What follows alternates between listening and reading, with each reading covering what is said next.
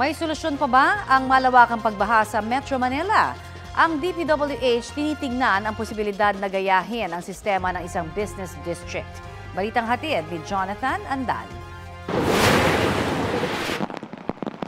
Habang binabaha ang maraming parte ng Metro Manila dahil sa habagat na pinalakas ng Bagyong Carina, ang BGC o Bonifacio Global City sa Taguig na natiling flood-free. Isa sa mga dahilan, nasa ilalim ng mga punong ito.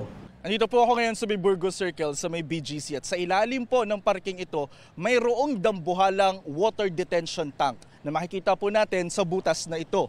Kapag umulan sa BGC, dito muna naiimbak yung tubig kaya hindi bumabaha rito. At pagtapos na ang ulan o tumila na ang ulan, ipapump out ito papunta sa isang creek na dadaloy naman papunta sa Pasig River. Ang lalim nito kasing taas ng 4 na palapag na gusali at kayang mag-imbak ng mahigit 20 milyong litro ng tubig o katumbas ng laman ng 8 Olympic-sized swimming pool. Sabi ng DPWH, plano nila itong gayahin sa ibang lugar sa Metro Manila tulad sa ilalim ng UST na nasa Bahaing Espanya Boulevard sa Maynila pero hindi ito umubra. Kaya lang hindi rin pumayag yung UST administration. So we are looking for yung mga areas. Plano ring buhayin ang 1975 Flood Control Master Plan na magdadagdag ng lagusan ng tubig bukod sa Pasig River.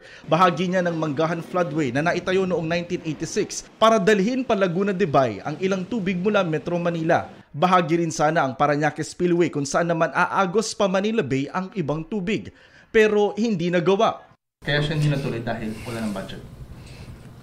Political will, lack of continuity, analysis paralysis. Hindi budget.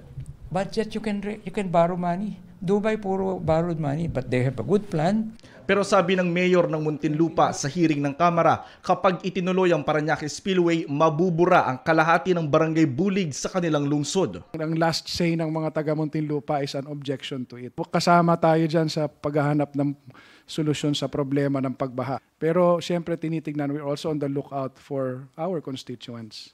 Kung meron namang ibang option, why not? I am aware that this project has been already approved by the NEDA board. So anyway, because of this information, we can always have